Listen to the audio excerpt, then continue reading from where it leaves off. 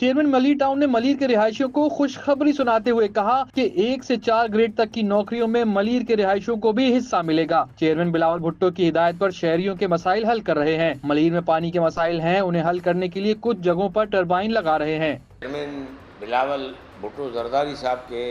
हमें खास तौर पर डायरेक्टिव दिए थे कि यानी आप लोग को हम टाउन चेयरमैन नॉमिनेट कर रहा हूँ as a Pakistan Peoples Party में, आपको हमारी अवाम को रिलीफ देनी है, मेन फोकस। और उसके बाद चेयरमैन साहब ने चेक एंड बैलेंस भी रखे हर टाउनों पे,